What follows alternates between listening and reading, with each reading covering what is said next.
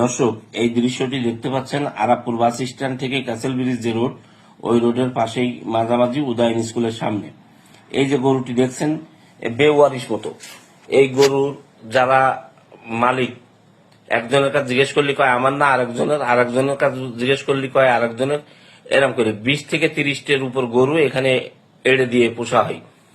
জনজীবন একদম অতিষ্ঠ করে দিল এই গরুগুলো। এই ক্ষেতের ফসল, আশপাশে যে ক্ষেত খামার করা হয়, ক্ষেতের ফসলগুলো খেয়ে যায়। তারপরে বাড়ি ঘর ধরে উঠে রান্নাঘরে ঢুকে তরি তরকারি সহ বিভিন্ন জিনিস খেয়ে মানুষের অত্যাচারের কোনো শেষ নেই।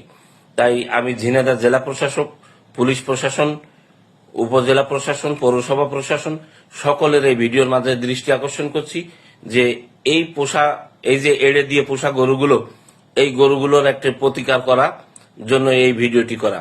এবং ঝিনাইদহ সহ আশপাশের জেলাগুলো যত গ্রুপ আছে আপনারা গ্রুপে শেয়ার করবেন। এই দেখেন পৌরসভার ড্রেন, এই ড্রেনের পরে সবসময় গরুগুলো বসে থাকে, লোকজনের যাতায়াত ঠিক মতো করতে দেয় না।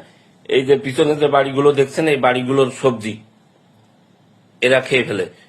এই রাস্তার পরেই এইটা হচ্ছে পৌরসভার ড্রেন, এই ড্রেনের পরেই এই গরুগুলোর আস্তানা কিভাবে দাঁড়িয়ে আছে দেখুন।